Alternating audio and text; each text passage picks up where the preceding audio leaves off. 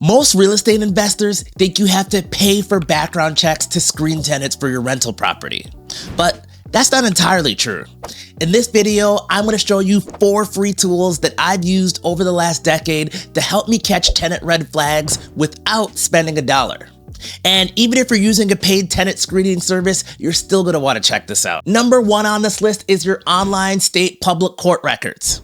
So most people already know, even if you're not a landlord, that you can go online and for free search any court case that happened in your state. Everything from a traffic ticket up to a bankruptcy. And here's why it's important to check this, even if you're already paying for a national background check. So unlike the credit check system, where you just have the 3 credit bureaus that have all the information and it all flows up and you can check it, the criminal and court system is separated amongst hundreds of different databases, and those national background checks will always miss something. I've seen it 100 times where I run the national background check and then I look in my free court state thing and I can see something pretty important like an eviction or something that was just missed on those national background checks. What a lot of landlords do and what I recommend is to use your state's free public court record search as your pre-screening tool before you pay for a national background check. So after somebody applies, just send them through there, and this will potentially save you time, money, and be more comprehensive because you're sending them through 2 different tools. If you are using the free court case tool as your only background check, just a quick tip to make sure you're searching your state, surrounding states, and any state that the applicant put they ever lived in. To find the free court case tool for your state or any other state is you go into Google and you write the state name, court case search, and it will be the first or second thing that comes up on Google. When I'm reviewing court records for a potential applicant to move into my property, I'm looking for 3 things. I'm looking for judgments for cases that are money owed to a landlord, cases that are evictions, or lastly, cases that are criminal records against person or property. If you are going the paid route for a background check, the most comprehensive one by far is Rent Prep. I'll throw a link in the description if you're interested in that one. This next tool I use for every applicant that applies. It is a free skip tracing website. So what a skip tracer is it allows you to put in somebody's name and it will show you previous addresses and phone numbers that are associated with them. These skip tracing websites have 2 uses in tenant screening. Number 1 is I will put the tenant's information in there to see if what they put on their application matches what's on these skip tracing websites for address history.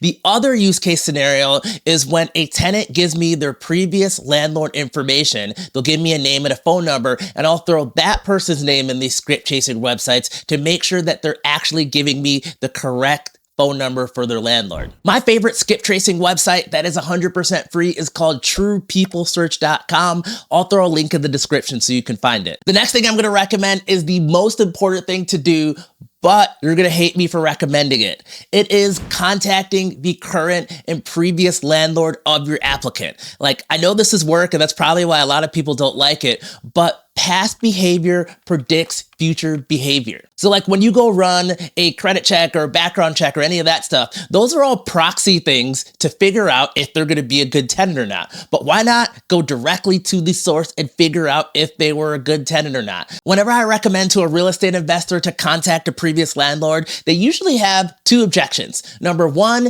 is the previous landlord is just going to lie to get the tenant out of their house, so what's the point of contacting them? And number 2 is it's a lot of work to play phone tag back and forth, that whole thing. So let's break both of those down. So yes, if I'm a landlord and I have current tenants that are a pain in the butt and you contact me for a reference, I might lie to get them out of my property. However, if they were a previous tenant of mine, I'm much more likely to be honest because I don't really have a stake in the game. So what I'll do is I'll contact the current landlord where those tenants live, but I'll put much more emphasis and time into contacting the previous landlord because I'll most likely get much more honest answers. And then number 2, to save time on actually getting the reference, I'll have 2 things ready. I'll have a PDF version of the questions I want them to answer that I can email to them, and I'll also have a Google form that they can fill out if they want to go that route. So what I'll do is I'll usually contact them. If I get a voicemail, I will send a text message to that same phone number with the Google form, or if I have their email, I'll just email them the form right away, and that dramatically speeds up actually getting the reference, and we're not doing this back and forth phone call thing. The next last tool on the list is free credit reporting websites, because somebody's past ability to pay financial obligations directly translates to their ability to pay you rent. My favorite free credit reporting website is annualcreditreport.com. It is the only one that is free and authorized by federal law. In order for an applicant to use that, they have to go to that website themselves, type in some information that verifies who they are, and they'll get a report. I already know what you're thinking. If a tenant has to provide it to you, they can just alter or change the document. But the cool thing about this is it doesn't give you a credit score. So unless the tenant knows exactly what you're going to be looking for on the report, it'll be hard for them to alter it. When I get a credit report for a tenant, there are 3 things that I look for. Number 1 is I want to know the type of accounts that are on there. Are they revolving credit things like credit cards? Are they medical bills? The second thing that I'm looking for is I'm looking for the number of payments that are late. Particularly, I'm looking for payments that are over 60 days late that the tenant is not making.